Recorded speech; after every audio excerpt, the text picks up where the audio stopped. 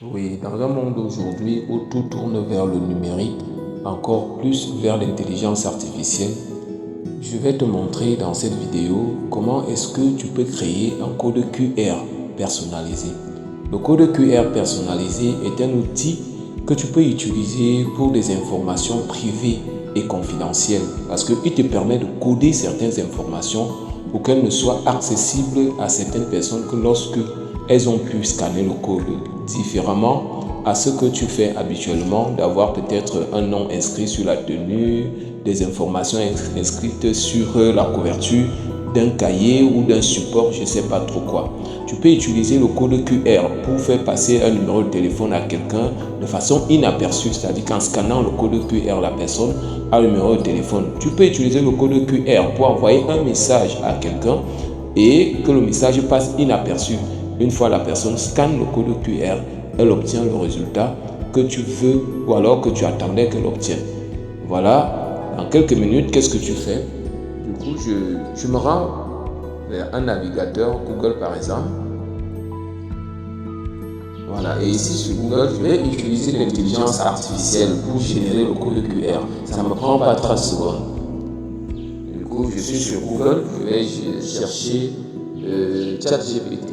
Voilà, nous sommes là sur ChatGPT. Je vais valider ChatGPT. Voilà, on va changer un peu. Voilà, ChatGPT est prêt à te répondre. Pour savoir quelles sont les informations que tu dois fournir à l'intelligence artificielle pour générer ton QR personnalisé, tu vas d'abord écrire le premier prompt. Le premier prompt va te permettre d'avoir l'idée arrêtée de ce qu'attend l'intelligence artificielle de toi. Tu lui dis donc oui dans ton prompt, oui ou non. Oui ou non. Si tu peux générer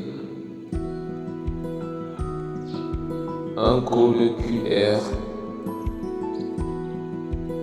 personnalisé. Point d'interrogation et tu lui envoies cette requête.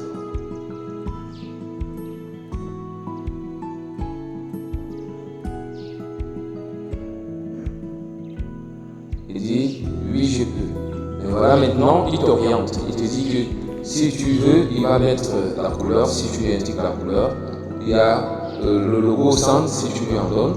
Le logo ça peut être ta photo, hein, tu peux aussi laisser la couleur, tu peux aussi laisser le texte intégré et la forme, le style professionnel, funk, élégant. Alors, nous qu'est-ce qu'on va faire? On va lui dire par exemple que professionnel,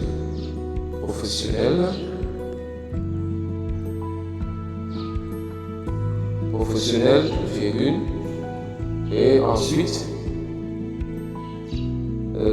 contenu. Ici je vais préciser, là je vais dire style. Voilà, style professionnel.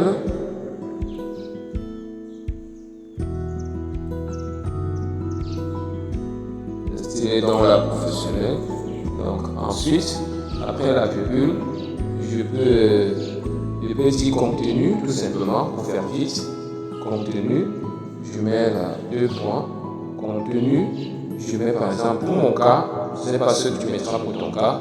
Pour mon cas, je mets professeur Fouda. C'est pour mon cas.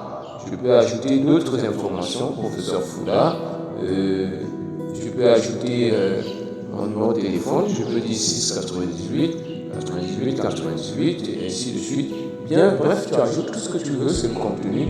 Et puis, tu balances, tu dis OK. Et tu vas patienter. Vous voyez, voilà les informations que je lui ai envoyées. Toi, tu peux faire plus que ça. Maintenant, tu connais comment et ce qu'il attend de toi. Tu as fourni ce qu'il attend de toi.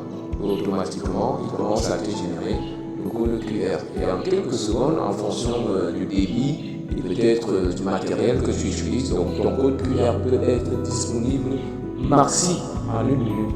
Maxi en une minute, tu as le code QR personnalisé. Merci, j'espère que la vidéo t'a été utile.